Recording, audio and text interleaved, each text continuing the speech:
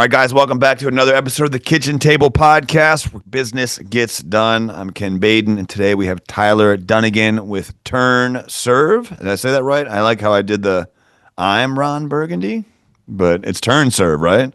Nailed it. That's right, Ken. Okay. All right, right on. I caught myself like TurnServe? I don't know. TurnServe, confidence. TurnServe. We're feeling goofy on this Friday evening. It's been a long day, dude. I don't know about you. How has your day been, Tyler? How have you been today? Busy. I'm right there with you. Probably 6 meetings today. 3 hours of deep work / busy work and 2 podcasts. So busy one. All right. Yeah, right on, man. So you said that you are not only, basically you said you were one of those serial entrepreneurs. Is that correct? Right. That's right. How many businesses are we talking now? So a handful. I like to say it's 5 or 6 on the platform, from service companies, supply companies. We have a patented product that I developed, and we have a commercial division going on, bunch of fun stuff. And on the back end, I am also building out some individual, some good old list building, want to network with people, all that good stuff. So just always busy, always working on something new and trying to innovate as much as possible. So tell me about, and a lot of that sounds interesting actually, but your main focus, TurnServe, what does that exactly entail? I mean, what are we focused on as far as that goes? Yeah, so high level, picture multifamily property management. So apartment complexes. My companies go in between renters, make the place look really good. We do it quick. We do it efficiently. Renters move in, on to the next. That's our business in a nutshell. That's actually not at all what I thought you were going to say, but I can actually relate to that a lot more, being in the home improvement industry. So property management, but you guys are kind of like, well, I'm assuming the catch is like turn and burn and just kind of get in, get out, and keep it going high level. That's it. We do a few Yeah. hundred apartments a month, and we're scaling fast. We're in 5 cities today, got some private equity funding last year, and we are just lighting the U.S. on fire, trying to scale as fast as possible. Wow, that's awesome, man. Right on. Okay, so I mean, tell me a little bit more about that. I have a friend of mine that is listening. Well, I'm sure he will listen to this podcast. He wants to get into property management. Now, I know this is a little bit more, niched down, but he wants to. His father has like 16 properties. I mean, if somebody was to look to get into property management, what would be the first thing that you would advise them in terms of their pursuits there? Yeah, I would tell them first look at the category of property management they want to get into. What I mean by that is there's a lot of beast. I've done single family. I was in house flipping for a while, then I would manage those. I did that for a few years. Then I got into multifamily, and I learned that side of the street. So the first thing I would recommend is just really understanding which category of property management you'd want to get into, as each of those are vastly different. Multifamily, high volume, obviously, you have some economies of scale to play with. Single family, smaller portfolio, a little less to manage, but everything is way more intimate. And then you have the commercial space too, and that comes with its own needs and opportunities. But really focusing on which category of property management is a really good first start. No, I could see that, whether it's probably, single family, multifamily, and now that's more your focus, right? It's just, hey, well, I'm assuming there's a lot more, well, I don't know, bigger tickets, more volume, residual work, etc. in the multifamily game. Yeah, absolutely. You get one client, they potentially have 10,000 apartments under management. It's B2B reoccurring, it's steady, predictable, so you're able to scale fast. That's what we took advantage of, to be honest. And I'll leave it with this around that. We say that multifamily, if you could flip a house, you could flip endless apartment units, because they're just big rectangles, same colors, same finishes, same 2, 3 soft hard coverings, repeat like clockwork. Hmm. I love that. Okay. So you got some private equity funding recently. We're actually pursuing that ourselves. We're looking for a merger and acquisition event here in the next year and a half. We're working towards it currently. Roofing has been a big, PE has been all over the roofing world the last few years. I'm sure you already know that. And before that, HVAC. So it's actually really interesting. How'd that come about? I mean, was that something you were seeking out? They seek you out? I mean, how that, if you won't mind talking about it, it's something I talk about often, Same. right? So, um, Are you Yeah. comfortable talking about that, or at Yeah. least kind of how you got there? Yeah, absolutely. Ken, I overshare way too much, so I need you to govern me on this one. Okay. Well, I don't know if So I'm the best guy to help you there, but I'll try, dude.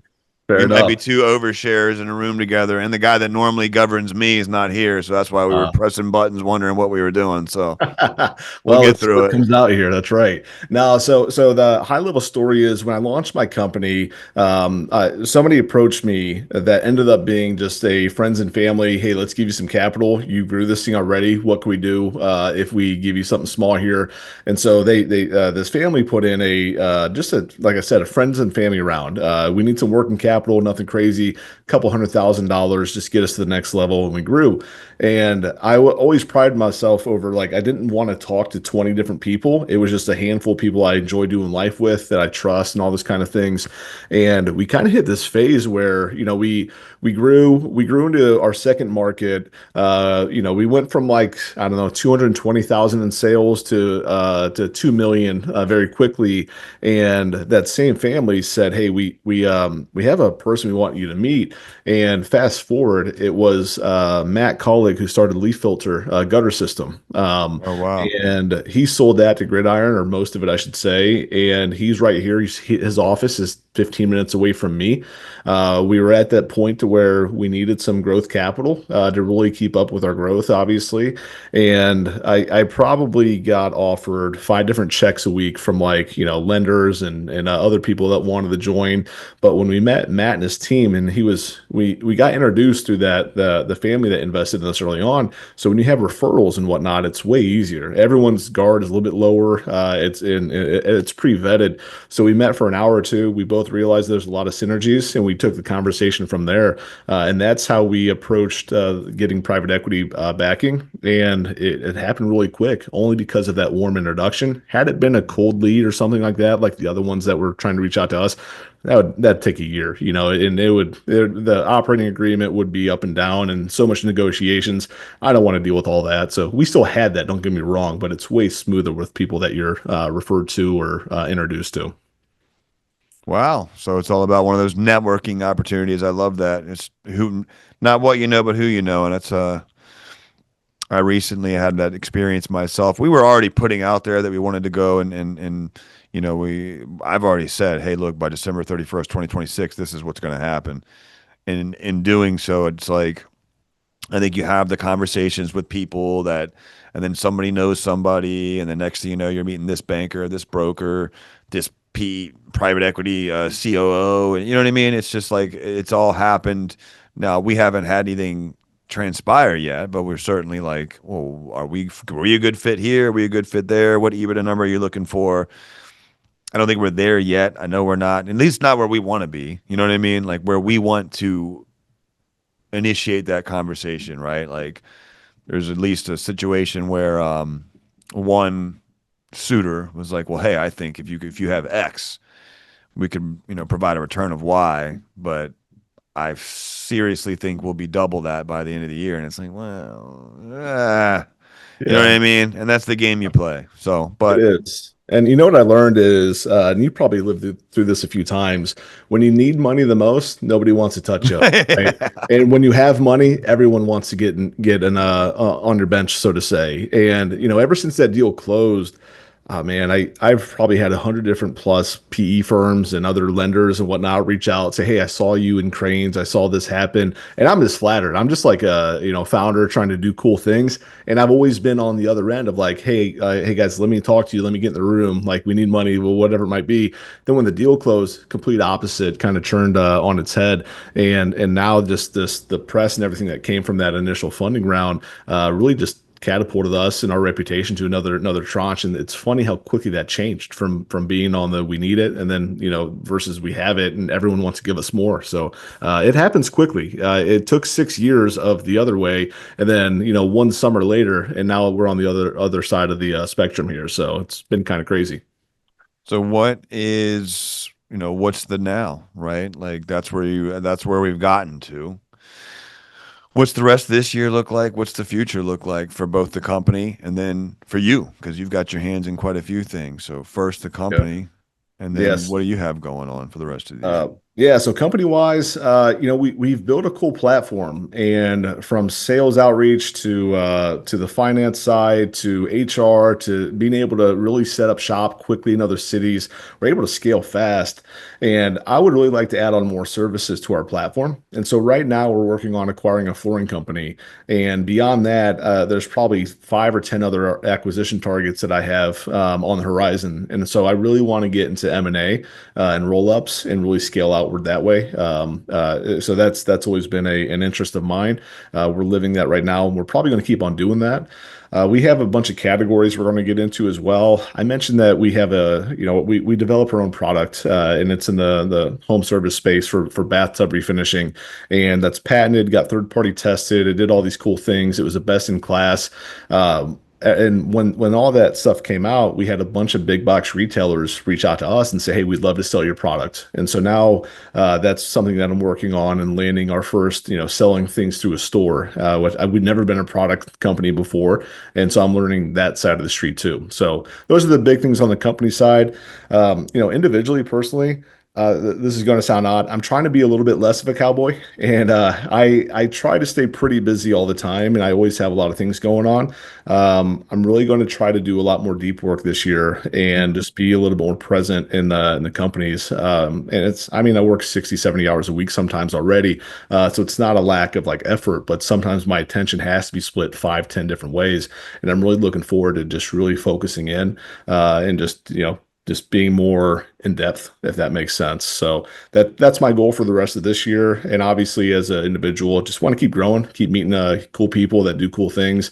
Want to keep on getting more involved in entrepreneurial circles and talk to people far smarter than I am, and just learn from them, and also give back to young entrepreneurs that are trying to get into the game. So that's a space I really love to live in, and that's probably my focus for the rest of this year too. Would you say you're a podcast and things like that? A lot of that's just an effort to like kind of get out there and just work more with other entrepreneurs or just networking, building a brand. Yeah, kind of a combination of both. When I first started doing it, somebody recommended I try it, and I was like, "All right, let's take a swing at this." And it went as expected for your first podcast, and I learned a lot. But my goal there was just, hey, I wanted some social validation, and I wanted to see what happened, and I also wanted to kind of get into new circles and Yeah. whatnot. So I think some of it was just like for presence and whatnot. If somebody Googled my company or me, like, oh, hey, I saw this guy, cool, let's try him out, let's check it out. And so it definitely started off just, I wanted to funnel a lot more business to the things I'm interested in. And then as I kept on doing it, it's kind of cool. You probably get this a lot more than I do, but I'll have entrepreneurs reach out to me on LinkedIn or social media, or even run into me sometimes and say, hey, can you tell me how you did this or that? I'd love to, I'm living at this phase right now. This is where I'm at on my journey. How did you clear this hurdle? I'm like, well, I'll tell you what didn't work, so let's talk. Yeah. So that's kind of like the core of what I've gotten into and why it's been that way. It's definitely changed since I started doing more of these. I'm doing some speeches, and I've probably have done 70 episodes so far, podcast wise, in the Wow. matter of like a year and a half. So I'm kind of getting into this world very quickly. But I just, we'll see how it turns out. I'm just excited to meet new people and to give back if I can, to be honest. Yeah. So you're just all about networking, getting yourself out there, and just you seem like a guy that likes to go 1,000 miles an hour into just about everything. So I love that, man. Yeah, And I can relate. I would love to know, do you find yourself with having to be spread five? For me, I've got three, but I actually am dissolving one because it was a coaching and company, and I'm like, dude, I don't have time for that. I just don't. So now the other one's a consulting company, and so if I'm going to take on anyone as far as the consulting company is concerned, we've like really hyper niched that down to like, okay, we'll teach this. Like, I'll teach the retail. Like, basically, I will help instill this vertical into your existing business and at a high ticket, or it just doesn't make sense. You know what I mean? Like, so yeah, you're either an existing business owner that owns this type of business that wants to learn this type of business. So it's either retail to insurance or insurance to retail roofing, or solar to insurance roofing, that is, which is about to be huge if they pass this bill. I agree. But, you know, I'll take on a couple of those. That's all I can really handle, man. I still have my own business where we're seeking our own results and our own exit. And but I like that I get to focus on the aspect I like the most, which is like focusing on training and the sales, and then I can bring my team in, and and it's nice extra cash. But to your point, you're kind of pulled a little this way, a little that way, plus the podcast, and it's like, man, I can't help but wonder, like, but you know what? Last year I stopped doing just about everything, but I still did the podcast, but I would do those only after hours, and I only focused on Potomac Custom Remodeling, which is my roofing remodeling company. And we had one of our worst results ever. Now there were some other factors there. It was our first scale year in terms of other markets and things like that. But I think I just perform better, man, when I'm happy and I'm bebopping around. I'm doing things. I was listening to coaches that were like, "Oh, you got to shut everything else off and do this," and I'm like, you know what, man? Maybe I'm not you. You know what I mean? Like Right. I like doing. I like doing. I don't know what else to tell you. You know what I mean? And the Same. rule is if one compromises the other, then one has to stop because this is the baby, but it hasn't yet. So, do you feel that it's impossible to do that? Or, if you're pulled five ways, do you have any rules where it's like, okay, I need to focus on this main one. This gets my attention first. Or, like, how do you juggle those five? Yeah, so I talking to mentors and whatnot, like I get in hot water all the time, right? They hey, double down, same story, like focus on one. I'm like, I can't really do that. Just straight octane all the time. I just like doing stuff. And for me, the what I learned I had to do was bucket this into three horizons, and I'll explain what I mean by that. So, and a friend of mine who actually manages a lot of money for a private equity firm taught me this, and he talked about this three horizon concept. And you have your first horizon, and that's the who you are today. That's what serves you now. You have the second one, which where you want to go to, and eventually your business yourself's going to morph into. Then you have that third horizon, and that's the final. If you had this ideal outcome, and there's a perfect button, and you hit it, what would it look like? So everything I've started to do, it needs to segue into the next bucket all the time. And the companies I start, the things I give myself to, the effort that I give off, everything that I do is within arm's reach. I'm not jumping industry to industry. I'm not going from an accounting firm to a flooring company and vice versa. I'm already in front of the clientele. I know the industry well. I know I have the vehicle to drive down the road, so to say. And so when I mentioned I'm able to do these businesses and get them going, and for example, I think I've in the past 5 years I've started five brands that all did $1 million plus their first year, and that's only possible because we're able to deploy all of those services into a client base that we already have. Mm, Picture it on the other side of the street. If you're building a list and you wanted to sell into that list, like you couldn't start five companies around your list when it's 2 months old. But if that list is 10 years old and people are still there and they're active, it's way easier to sell into those with new things. And so for me, it's just kind of part of the journey. I call it doing things within arm's reach. There's a good book called The Edge Strategy, which talks about this extensively. But I just, as long as it's close and I don't have to relearn something from scratch, so to say, I'm going to get involved in it. And so that's been my safeguards around finding myself getting too preoccupied trying to do everything. So while we can do anything, but we can't do everything, and that's what's reminded of myself every single day I show up. And I really try to focus on those three horizons and what I want to do right now versus what I want to do next year, and make sure they're correlated. yeah. No, I love that. I mean, even for myself, it's like, well, the two very much are in alignment in that, I have my team here at Potomac where many of these folks have been with me across several different businesses. And like, if we pick up a client, well, I'll do X, Y, and Z. And then we get to, Canvas training. Well, I'm going to put my Canvas manager in and he'll pick that up on a weekend, or we'll do a weekend. We'll fly the guys in from Minnesota and we'll take the weekend with them, and I'll pay them extra from Baden Consulting, but it's still the same group that's going to reap the benefits from Potomac. It's just, and we don't have to do any of that, but we enjoy it. So, spoken on some stages. I'm writing a book. I mean, I'm the same. I think we're very much kindred spirits, man. Yeah. I do not sit well. I've learned that about myself. In fact, it got me in a lot of trouble. So, I'd rather be doing this and buzzing around, trying to help people make money and grow. So you said something that really caught my ear, by the way. Are you, when your product you're making, is that acrylics for bathrooms? Yeah, so it's actually a two-part epoxy.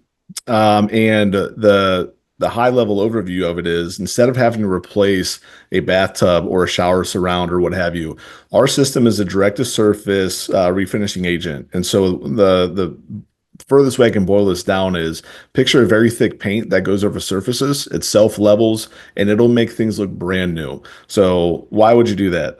You don't have to demo a tub or what have you. It's a 2 hour process instead of a 2 week process. It's quick. It's not messy.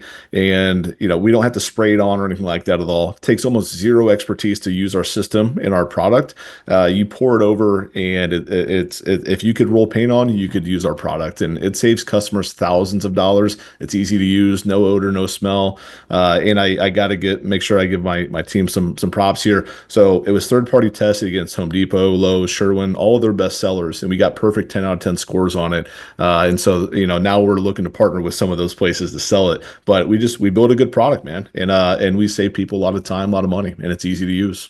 All right, very cool, man. Yeah, I we sold bathrooms there for a bit, but it was the acrylic setup BCI and those other ones bath fitter no jacuzzi BCI. Yeah, The all-in-one 1 day wet space solution, but that's doing well, I hear. So hopefully this yeah, takes off for you guys, man. But appreciate that. Tyler, where can our listeners find you? Where can we find information about your companies? Where's all the things Tyler and Tyler's companies located? Yes, easiest way to get a hold of me is LinkedIn. I'm super active on there. So if you're on there, send me a message and a note. I'll make sure we connect. And then my individual website, DunaginCollective.com, combination of my professional interest and some of my personal stuff as well. And that's where I'm building out a small circle for young entrepreneurs or any entrepreneurs of any age, to be honest with you, and just wanting to commingle and collaborate on a few things. So DunaginCollective.com. DunaginCollective.com. That's dope, man. Tyler, one thing we do towards the end of every show, actually, we stopped, and I started bringing it back because it used to be my favorite part. And I don't know why it just popped back in my head a few episodes ago, but you get to be part of the crew that brings it back. Do it. So, if you were to impart one piece of wisdom, because I'm always like thinking it's like the next generation of entrepreneurs that's listening to the show, and we've got some folks that have been doing this a long time, but I'm sure we have some young in our base for sure. If you're speaking to the next generation of entrepreneurs, and you were known for like one piece of imparting wisdom, like that's the thing that gets like quoted and placed by your name, many years down the road, what would that quote be? Yeah, so it's hard to just pick on one, but I'll do it. Right, good. Give me a couple, man. We'll pick one. Yeah, I'll say this. It'll be a two-part answer. I think the first thing is, and I say this a lot, you have to really understand why you do what you do. And I don't mean just I want to make money. That's great. That's a great goal. Don't no one could judge your why except for you. But I mean beyond that. Like, do you want security? Do you want freedom? You need to put something tangible that only means something to you in front of everything that you have to do. Because there's going to be times on this journey where you're tested beyond belief and you're going to lose faith almost. Numerous times. And if you remember why you do what you do, that might be financial security for your family. That might be whatever it is. There's no right or wrong answer. Understand the deep root cause of why it is you're doing what you're doing and why you're pursuing this and why you're going to live through these endings of your life to get to, hopefully the ending that you want to live in. You really got to understand yourself and know your tells. That's the first part. I think it's super important. And the next part, which is a little bit more relatable, once you know your why, once you have your vehicle to do this in, you just got to be relentless. And I don't mean step on people. I don't mean be cutthroat and all this kind of things. I mean put on blinders and just get after it. There's gonna be people telling you that you just don't know how to do stuff. You can't do that. That's impossible. It's impossible for them. It's not possible for you. Just be a relentless entrepreneur that's chasing your why nonstop, and you're gonna really surprise yourself. You're gonna be very happy too at the end of it. That was a boss ass answer there, Tyler. That was good, man. I like that a lot. I'm glad we waited for the two-part, man. Guys, Tyler Dunagin, check him out, the TylerDunaginCollective.com, right? I said that right? DunaginCollective.com. DunaginCollective.com. Tyler, thank you so much, man, for taking some time with us. I'm glad we got a chance to connect. I'd love to link back up, man, and see where you guys are in the next year or so, or even 6 months. I have a feeling you guys are really gonna, I don't know, I have a feeling about that product you're talking about. I feel like that might do do even bigger numbers than you guys were thinking. But we'll see. We'll have to link back up, man. Love I'm a to. phone call away. We'll exchange some numbers and get in some groups together. I love surrounding myself with like-minded people, man. You are the sum of the five people that you hang around most, right? That's what all the fancy people Spot say. on. So, That's it. Ken, it's been great. I appreciate you yeah. having me on here. All right, Let's brother. We'll connect, man. I thank you so much for your time, and guys, we'll see you next time.